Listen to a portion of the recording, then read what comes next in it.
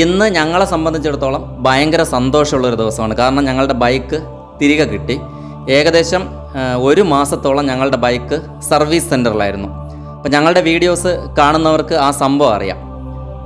ഞാൻ ജസ്റ്റ് ചുരുക്കി പറയാം. അതായത് കഴിഞ്ഞ ഒക്ടോബർ നവംബർ മാസങ്ങളിൽ ഞാനും എൻ്റെ 10 വയസ്സുള്ള മോനുമായിട്ട് ഇന്ത്യ കാണാൻ വേണ്ടി ഞങ്ങളുടെ ഹീറോ എക്സ്പൾസ് എന്ന് പറയുന്ന ബൈക്കിൽ ഇറങ്ങി തിരിച്ചതായിരുന്നു. ഞങ്ങൾ യാത്ര പുറപ്പെടുന്നതിന് മുമ്പ് കുറേ ഉപദേശങ്ങൾ കിട്ടിയിട്ടുണ്ടായിരുന്നു. അതായത് 2 വീലറിൽ പോകുമ്പോൾ ശ്രദ്ധിക്കേണ്ട കാര്യങ്ങൾ. അപ്പം ഞങ്ങളെ സംബന്ധിച്ചിടത്തോളം ഒരുപാട് കാശൊന്നും കയ്യിലില്ലാത്ത കാരണം ഏറ്റവും മിനിമലിസ്റ്റിക് ആയിട്ടാണ് ഞങ്ങൾ യാത്ര തുടങ്ങിയത്. ഒരുപാട് ലഗേജ് ഇല്ലായിരുന്നു, ഒരുപാട് തുണികൾ, അതുപോലെ എന്താ പറയുക, സേഫ്റ്റി അക്സസറീസ് അങ്ങനെയൊന്നുമില്ല. നോർമലി ഞങ്ങൾ നാട്ടിൽ കൂടെ സഞ്ചരിക്കുന്ന പോലെയായിരുന്നു ഞങ്ങൾ യാത്ര പുറപ്പെട്ടത്. എന്നാലും ബൈക്കിന് അത്യാവശ്യം മാറ്റി വയ്ക്കേണ്ടതായി വരുന്നു. അതായത് ക്ലച്ച് കേബിൾ, ആക്സിലറേറ്റർ കേബിൾ, അതുപോലെ സ്പാർക്ക് പ്ലഗ്, ഇതൊക്കെ ഒപ്പം കൊണ്ടുപോയി. എനിക്കതൊന്നും മാറ്റിയിടാൻ അറിയില്ലെങ്കിലും നമുക്കറിയാമല്ലോ, ഏതെങ്കിലും വർക്ക്ഷോപ്പിൽ കാണിച്ചത് മാറ്റാം, അങ്ങനെയായിരുന്നു അത് കൂടെ കരുതിയത്. പക്ഷേ ശരിക്കും അതൊന്നും ആയിരുന്നില്ല പണി കിട്ടിയത്. ഞങ്ങളുടെ യാത്രയുടെ 21ാമത്തെ ദിവസം മൗണ്ട് അബുവിൽ വെച്ചായിരുന്നു ആ ഒരു പണി. അതായത് ഞങ്ങളുടെ ബൈക്കിൻ്റെ റിയർ ഷോക്ക് അബ്സോർബർ കംപ്ലൈൻ്റ് ആയി. എക്സ്പൾസിനെ സംബന്ധിച്ചിടത്തോളം മോണോ ഷോക്ക് അബ്സോർബറാണ്. അപ്പോൾ അത് കാരണം ഉള്ള പ്രശ്നമെന്ന് പറഞ്ഞാൽ വണ്ടി ഓടിച്ച് മുന്നോട്ട് പോകാൻ പ്രയാസമാണ്. വേറൊന്നുമല്ല, ബൈക്ക് ഒരു ഹമ്പിലോ ഒരു കുഞ്ഞ് കല്ലിൻ്റെ മുകളിലോ ഒക്കെ കയറി കഴിഞ്ഞാൽ റബ്ബർ ബോൾ ഇങ്ങനെ തറയിലിടുമ്പോൾ ഉണ്ടാകുന്ന ആ ഒരു ആക്ഷൻ ഉണ്ടല്ലോ, അതുപോലെ ഇങ്ങനെ തെറിക്കും. അപ്പോൾ ഏകദേശം ഞങ്ങളുടെ യാത്ര തുടങ്ങി ആ ഒരു 21 ദിവസത്തോളം ഞങ്ങൾ ഒരു ദിവസം ഏകദേശം 300-ന് മുകളിൽ 400 കിലോമീറ്റർ വരെയൊക്കെ റൈഡ് ചെയ്ത് പോകുമായിരുന്നു. പക്ഷേ ഈ ഒരു കംപ്ലയിൻ്റ് ഉണ്ടായതിനു ശേഷം ഞങ്ങൾക്ക് കുറച്ചും കൂടെ കെയർഫുള്ളായിട്ട് റൈഡ് ചെയ്യേണ്ടി വന്നു. അങ്ങനെ ഒരു ദിവസം 150, 200 മാക്സിമം അങ്ങനെയായിരുന്നു ഞങ്ങൾ റൈഡ് ചെയ്തത്. ശരിക്കും ഞങ്ങളുടെ പ്ലാൻ എന്ന് പറഞ്ഞാൽ മണാലി, രോഹ്താങ് പാസ്, അവിടെ നിന്ന് മുന്നോട്ട് പോയി ലഡാക്ക് പോയി അതുവഴി കാശ്മീർ, അങ്ങനെ ഫിനിഷ് ചെയ്യാൻ വേണ്ടി ആഗ്രഹിച്ചിരുന്ന റൈഡായിരുന്നു. പക്ഷേ ഞങ്ങൾ രോഹ്താങ് പാസും കഴിഞ്ഞ് കുറച്ച് മുന്നോട്ട് കോക്സർ വാലി, അങ്ങനെ ഒരു താഴ്വരയുണ്ട്, അവിടെ എത്തിയപ്പോഴേക്കും റോഡ് ക്ലോസ് ചെയ്തു, മൊത്തം ഐസാണ്. അപ്പോൾ അവിടെ വെച്ച് ഞങ്ങൾ യാത്ര ഫിനിഷ് ചെയ്തു. പിന്നെ തിരികെ വന്ന വഴിക്ക് എൻ്റെ ഒരു ഫ്രണ്ടിൻ്റെ വീട്ടിൽ ധരംശാല, അവിടെ എൻ്റെ ഒരു ഫ്രണ്ടുണ്ട്, അവിടെ പോയി 2 ദിവസം സ്റ്റേ ചെയ്തു. തിരികെ ഞങ്ങൾ ഡൽഹിയിൽ വന്നു. അവിടെ നിന്ന് ട്രെയിനിലാണ് നാട്ടിലോട്ട് വന്നത്. ബൈക്ക് ഞങ്ങൾ കൊറിയറിൽ അയച്ചു. അപ്പോൾ ഇതിനിടയ്ക്ക് ഹീറോ എന്ന് പറയുന്ന ആ ഒരു കമ്പനിയുമായിട്ട് കുറേ പ്രശ്നങ്ങളുണ്ടായി. അതായത് ഞങ്ങൾ 21ാമത്തെ ദിവസം ഇത് കംപ്ലൈൻ്റ് ആവുന്ന അന്ന് തന്നെ ഞങ്ങൾ ഹീറോയുടെ സർവീസ് സെൻറ്റർ, അവരുടെ ഇതുണ്ടല്ലോ കസ്റ്റമർ കെയർ നമ്പറിൽ ഫോൺ ചെയ്യുന്നു. അവർ കുറേ കഴിഞ്ഞ് തിരികെ വിളിക്കുന്നു. അവർ സ്പെയർ അറേഞ്ച് ചെയ്യാൻ നോക്കാമെന്ന് പറയുന്നു. ഞാനാണെങ്കിൽ പോകുന്ന റൂട്ടും അതുപോലെ എൻ്റെ ഒപ്പം ഇങ്ങനെ ഒരു 10 വയസ്സുള്ള കൊച്ചുണ്ട്, അതൊക്കെ ഞാൻ അപ്ഡേറ്റ് ചെയ്യുന്നു. പിന്നീട് ഇവർ ശരിക്കും എന്നെ കോൺടാക്റ്റ് ചെയ്യുന്നത് ഒരു 4 ദിവസം കഴിഞ്ഞിട്ടാണ്. അപ്പോൾ ഈ ഒരു ഗ്യാപ്പിൽ ഞങ്ങൾ ജോധ്പൂർ, ഉദയ്പൂർ, അങ്ങനെ ഞങ്ങൾ വരുന്ന വഴിക്കുള്ള വലിയ വലിയ സിറ്റികളിലെ വലിയ ഷോറൂമിലൊക്കെ പോയി. അപ്പോൾ അവിടെയൊന്നും സ്പെയർ അവൈലബിൾ അല്ല. പിന്നെ ഞങ്ങൾ അങ്ങ് മുന്നോട്ട് പോയെന്നേ ഉള്ളൂ. പിന്നെ അവരെന്നെ കോൺടാക്റ്റ് ചെയ്യുന്നത് ഒരു 10 ദിവസമൊക്കെ കഴിഞ്ഞിട്ടായിരുന്നു. അന്ന് ശരിക്കും ഞങ്ങൾ യാത്ര ഫിനിഷ് ചെയ്ത് കഴിഞ്ഞു ഏകദേശം. അപ്പോൾ ഇവരെ വിളിച്ചപ്പോൾ ഞാൻ പറഞ്ഞു ഇങ്ങനെ കാര്യങ്ങളൊക്കെ, ഞങ്ങൾ തിരികെ നാട്ടിലോട്ട് പോകുന്നു, ഞങ്ങൾക്ക് അതൊന്നും തൽക്കാലം വേണ്ട, സ്പെയർ ഒന്നും, ഞങ്ങൾ നാട്ടിൽ പോയിട്ട് അത് ചെയ്തുകൊള്ളാം, അങ്ങനെയൊക്കെ പറഞ്ഞു. ശരിക്കും പറഞ്ഞു കഴിഞ്ഞാൽ മണ്ഡി എന്ന് പറയുന്ന ഒരു സ്ഥലം കഴിഞ്ഞിട്ടാണ് ഞങ്ങൾ മണാലിക്ക് പോയത്. അവിടെ ഈ സ്പെയർ ഉണ്ടായിരുന്നു. അതിവർ എന്നെ അപ്ഡേറ്റ് ചെയ്യുന്നത് ഞങ്ങൾ മണ്ഡിയിൽ നിന്ന് മണാലി ഇതെല്ലാം കഴിഞ്ഞ് തിരികെ വീണ്ടും വന്നു. അതായത് ഏകദേശം 4 ദിവസം കഴിഞ്ഞിട്ടാണ്. ഞങ്ങൾ ഒരു രാത്രിയും ഒരു പകലും മണ്ഡി ടൗണിലുണ്ടായിരുന്നു. അന്നൊന്നും ഇവർ ഞങ്ങളെ കോൺടാക്ട് ചെയ്തില്ല. അപ്പോൾ എന്തായാലും തിരികെ ഞങ്ങൾ നാട്ടിലെത്തി. അത് കഴിഞ്ഞൊരു 10 ദിവസമായപ്പം ബൈക്ക് എത്തി. പിന്നെ ഞങ്ങൾ ബൈക്കിനെ കൊണ്ട് സർവീസ് സെൻറ്ററിൽ കൊടുത്തു. അപ്പോൾ അവിടെയായിരുന്നു ഇത്രയും ദിവസം. ശരിക്കും ബൈക്ക് കയ്യിൽ കിട്ടിയപ്പോൾ ഭയങ്കര സന്തോഷമാണ്. കാരണം ശരിക്കും പുതിയ വണ്ടി പോലെയാണ് അവർ തിരികെ ആക്കി തന്നത്. അതായത് അതിൻ്റെ മെയിൻ കംപ്ലൈൻ്റ് ആയിരുന്നല്ലോ ഷോക്ക് അബ്സോർബർ, അത് മാറ്റി പുതിയതിട്ടിട്ടുണ്ട്. ഹാൻഡിലിനൊരു ചെറിയ വളവുണ്ടായിരുന്നു അവർ പറഞ്ഞു. അപ്പോൾ അവരത്, എനിക്ക് നിലവിലുണ്ടായിരുന്നത് സിൽവർ കളറായിരുന്നു. അപ്പോൾ കമ്പനിയിൽ നിന്ന് അയച്ചു കൊടുത്തത് ബ്ലാക്ക് ആയിരുന്നു. അത് കാരണം അത് ബ്ലാക്കായിട്ട് മാറി അതിൻ്റെ കളറ്. അതുപോലെ പുറകിലത്തെ ആ ഒരു ഹാൻഡിലുണ്ടല്ലോ, നമ്മൾ ആ കാരിയർ പോലുള്ള ഭാഗത്തുള്ള, അപ്പോൾ അതും ഡിഫോൾട്ട് സിൽവർ ആയിരുന്നു. പക്ഷേ ഇപ്പോൾ അത് ബ്ലാക്ക് ആണ്. പിന്നെ ഒരു ഇൻഡിക്കേറ്റർ പോയിട്ടുണ്ടായിരുന്നു, അത് മാറ്റിയിട്ടുണ്ട്. പിന്നെ ചെയിൻ സ്പ്രാക്കറ്റ് അത് മാറ്റിയിട്ടുണ്ട്. അങ്ങനെ കുറേ മാറ്റങ്ങൾ.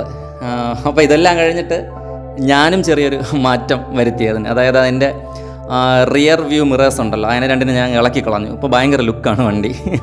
അപ്പോൾ ശരിക്കും പറഞ്ഞാൽ വണ്ടി കയ്യിൽ കിട്ടിയതിന് ശേഷം വണ്ടി വിൽക്കണം, അങ്ങനെ ഒരു ഐഡിയ ആയിരുന്നു എനിക്കുണ്ടായിരുന്നത്. കാരണം കുറച്ച് സാമ്പത്തിക പ്രശ്നമൊക്കെ ഉണ്ട്. അപ്പോൾ അതിനെ വിൽക്കാം, അങ്ങനെയൊക്കെ ഞാൻ പ്ലാൻ ചെയ്തു. ഫേസ്ബുക്കിൽ അങ്ങനെ ഒരു പോസ്റ്റും ഞാൻ ഇട്ടിട്ടുണ്ടായിരുന്നു. അപ്പോൾ എൻ്റെ ഫ്രണ്ട്സ് കുറേ പേര് അവിടെ വന്ന് കമൻസ് ഒക്കെ ചെയ്തു. അതിൽ 2 കമൻസ് എന്നെ വല്ലാതെ ഞാൻ എന്താ പറയുക, ഞാനത് വല്ലാതെ ശ്രദ്ധിച്ച കമൻസ് ആയിരുന്നു. അതൊന്ന്, ഇത് ജസ്റ്റ് ഒരു പീസ് ഓഫ് മെറ്റലാണ്, അങ്ങ് പൊക്കോട്ടെ, കെയർ ചെയ്യണ്ട എന്ന് പറഞ്ഞു.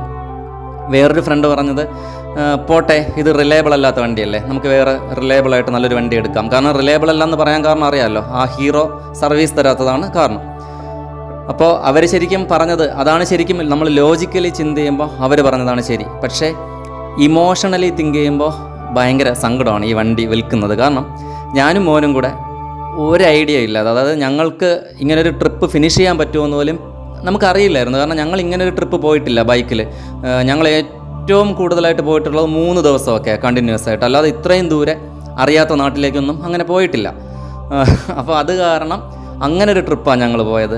ഞങ്ങൾ ട്രിപ്പ് സ്റ്റാർട്ട് ചെയ്ത് 3-ാം ദിവസം ഞങ്ങളുടെ തൊട്ട് മുന്നിൽ നിന്ന് പോയൊരു ബസ് ഒരു ഓട്ടോയെ ഇടിച്ച് തെറിപ്പിച്ചിട്ടുണ്ടായിരുന്നു. ഭയങ്കര സങ്കടം ഉണ്ടായ ദിവസമായിരുന്നു അന്ന്. ട്രിപ്പ് മതിയാക്കി തിരിച്ചു വരണമെന്നൊക്കെ തോന്നി. കാരണം ഡിണ്ടിഗലിനടുത്ത് വെച്ചാണ്, NH44 കൂടെയാണ് ഞങ്ങൾ പൊയ്ക്കൊണ്ടിരുന്നത് ആ സമയത്ത്. അന്ന് വൈകുന്നേരം പക്ഷേ ഒരു നിമിത്തം പോലെ അജു എന്ന് പറഞ്ഞൊരു ഫ്രണ്ടുണ്ട്. പുള്ളി ഭയങ്കര ട്രാവലറാണ്, ബൈക്കിൽ ഹിമാലയം ഭൂട്ടാനൊക്കെ പോകുന്ന പുള്ളിയാണ്. പുള്ളി എപ്പോഴും ശരിക്കും ഹിമാലയത്തിലുണ്ട്. പുള്ളി അന്ന് രാത്രി എന്നെ വിളിച്ചിട്ട് ഇങ്ങനെ എൻകറേജ് ചെയ്തു. അത് കാരണമാണ് ആ ട്രിപ്പ് ഞങ്ങൾ വീണ്ടും മുന്നോട്ട് പോയത്. പിന്നെ ഞങ്ങളങ്ങനെ സിരിമല കൊല്ലിമല എന്നൊക്കെ പറഞ്ഞ് ഞങ്ങളങ്ങ് പോയി. ട്രിപ്പ് അങ്ങ് ശരിക്കും ട്രിപ്പിൻ്റെ ഇതിലായി. പിന്നെ ഞങ്ങൾ ഹൊഗ്ഗനക്കലിൽ നിന്ന് ഹൊസൂർ പോകുന്ന വഴിക്ക് ശരിക്കും കാട്ടാനകളുടെ അവരുടെ ഒരു കൂട്ടത്തിൻ്റെ ഇടയിൽ കൂടെ ഞങ്ങൾ എങ്ങനെയോ അങ്ങ് പാസ് ചെയ്ത് പോയി. ശരിക്കും ആ ബൈക്ക് കാരണം തന്നെയാണത്. ഞങ്ങളത് എന്താ പറയുക, ആ ദിവസമൊക്കെ ഇങ്ങനെ ഓർക്കുമ്പം പേടിയാണ്. അഞ്ചെട്ടി എന്ന് പറയുന്നൊരു സ്ഥലമാണത്.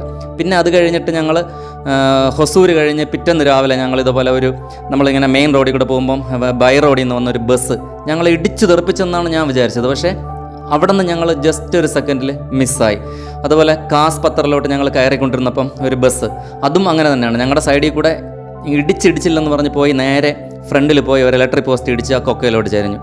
അതൊരു സംഭവം. പിന്നെയും അതേ റോഡിൽ തന്നെ കുറച്ചുകൂടെ മുന്നോട്ട് വന്നിട്ട് കുറേ കാട്ടുപോത്തുകൾ അവരിങ്ങനെ റോഡ് ക്രോസ് ചെയ്യുകയായിരുന്നു. അപ്പോൾ ഞങ്ങളെ സംബന്ധിച്ചിടത്തോളം അത് രാവിലെയാണ്, മഞ്ഞാണ്, ഞങ്ങൾക്കറിയില്ലായിരുന്നു അത് കാട്ടുപോത്തുകളാണെന്ന്. ഞങ്ങളത് ക്രോസ് ചെയ്ത് അപ്പുറത്ത് പോയി. പിന്നെയാണ് മനസ്സിലായത് എല്ലാം കാട്ടുപോത്തുകളായിരുന്നു. കാരണം ഫോറസ്റ്റിൻ്റെ ആൾക്കാർ വന്നു, അവർ ഞങ്ങളോട് സംസാരിച്ചു, അവർ ഞങ്ങളെ വഴക്ക് പറഞ്ഞു. അപ്പോൾ ഞങ്ങൾ മറുപടിയും പറഞ്ഞു, കാരണം ഞങ്ങൾക്കറിയില്ല കാട്ടുപോത്താണ്, രാവിലത്തെ മഞ്ഞ് ഇതൊക്കെ. ഓക്കെ, അവിടെ നിന്ന് ഞങ്ങൾ രക്ഷപ്പെട്ടു. പിന്നെ ഈ പറഞ്ഞ പോലെ തിരക്കുള്ള പല റോഡുകളിൽ കൂടെ ഞങ്ങൾ യാത്ര ചെയ്തു. അവസാനം നമ്മൾ ജുന്നാർ എന്ന് പറയുന്നൊരു സ്ഥലമെത്തി. അവിടെ പുള്ളിപ്പുലികളുള്ള സ്ഥലമാണ്.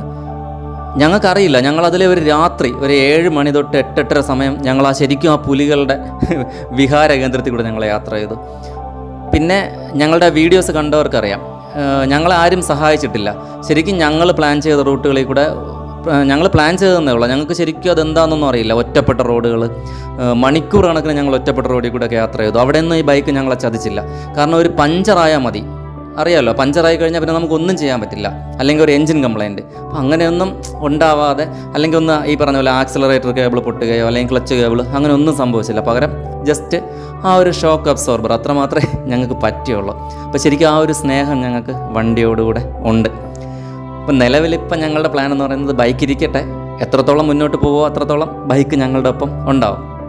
അപ്പോൾ എൻ്റെ ശബ്ദം കേൾക്കുന്നത് നിങ്ങൾക്കറിയാം, നല്ല എക്സൈറ്റഡ് ആണ്, നല്ല സന്തോഷമുണ്ട്. കാരണം ഇത്രയും ദിവസം ഞങ്ങൾക്ക് പുറത്തൊന്നും അധികം ഇറങ്ങാൻ പറ്റാതെ അങ്ങനൊരു ഇതിലായിരുന്നു. പിന്നെ എനിക്കും ചില ശാരീരിക പ്രശ്നങ്ങളുണ്ട്, അങ്ങനെ പുറത്തോട്ട് അധികം നടന്നൊന്നും പോകാൻ പറ്റില്ല. പക്ഷേ ബൈക്ക് കിട്ടിയപ്പോൾ ഭയങ്കര സന്തോഷമായി. അത്യാവശ്യം ക്രിസ്മസ് സീസണാണ്, ഇവിടെ പള്ളികളിലൊക്കെ ദീപാലങ്കാരമൊക്കെ ഉണ്ട്. അപ്പം വൈകുന്നേരമൊക്കെ ജസ്റ്റ് 1-2 കിലോമീറ്ററൊക്കെ സഞ്ചരിച്ച് അതൊക്കെ പോയി കാണാം. അങ്ങനെയൊക്കെ ഭയങ്കര ആ ഒരു ഹാപ്പിനെസ് അത് ഭയങ്കരമാണ്. അപ്പോൾ ഇനി ഞങ്ങൾ യാത്ര സ്റ്റാർട്ട് ചെയ്യും. കുഞ്ഞു കുഞ്ഞു യാത്രകളായിട്ട് അങ്ങനെ സ്റ്റാർട്ട് ചെയ്യും. ഞങ്ങൾക്ക് ഏറ്റവും ഇഷ്ടമുള്ള കാര്യമാണ് യാത്രകൾ ചെയ്യുക. പിന്നെ വീഡിയോസ് ഞങ്ങൾ ചെയ്യുന്നെങ്കിലും നിങ്ങൾക്ക് എല്ലാവർക്കും അറിയാം, ഞങ്ങൾക്ക് അങ്ങനെ വീഡിയോസ് ചെയ്യേണ്ട കഴിവോ അങ്ങനെയൊന്നുമില്ല. ഞങ്ങളാ പോകുന്ന സ്ഥലങ്ങൾ ഞങ്ങളെ കൊണ്ടാവുന്ന തരത്തിലൊക്കെ ചെയ്യുന്നതാണ്. ഓക്കെ, ഞാനിനി പറഞ്ഞ് അധികം അങ്ങനെ എന്താ പറയുക ദീർഘിപ്പിച്ച് ബോറടിപ്പിക്കുന്നില്ല. അപ്പോൾ നിങ്ങൾ ബൈക്ക് കണ്ടല്ലോ, ബൈക്ക് നല്ല സൂപ്പറാണ്, നല്ല കണ്ടീഷനാണ് ഇപ്പോൾ. അപ്പോൾ എല്ലാം പറഞ്ഞതുപോലെ ഇനി മുന്നോട്ട് ഞങ്ങൾ കുഞ്ഞു കുഞ്ഞു വീഡിയോസുമായിട്ട് വരും. അപ്പോൾ പുതിയ വീഡിയോകളുമായിട്ട് നമുക്ക് വീണ്ടും കാണാം.